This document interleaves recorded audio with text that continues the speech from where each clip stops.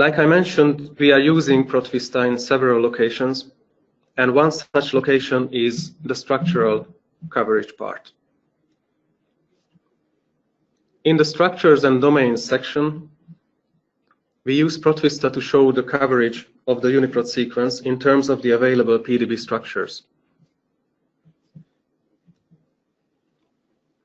These are the PDB entries that are available for this particular sequence, and these are sorted first by the number of observed residues and second by resolution.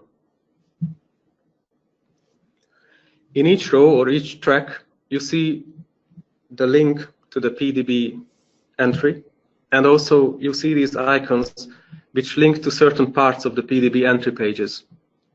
So for example, the first will get you to the experimental details, and then the second will give you information about is it found in a complex or not. If it's grayed out, then it's not in a complex.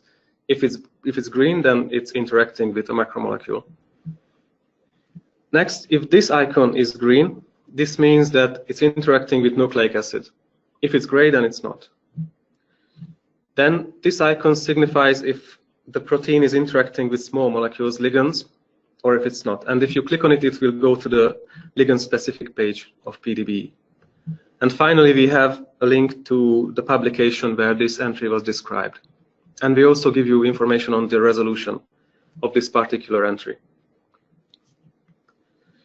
Under the coverage section, we have information on the domains mapped on top of the UniProt sequence.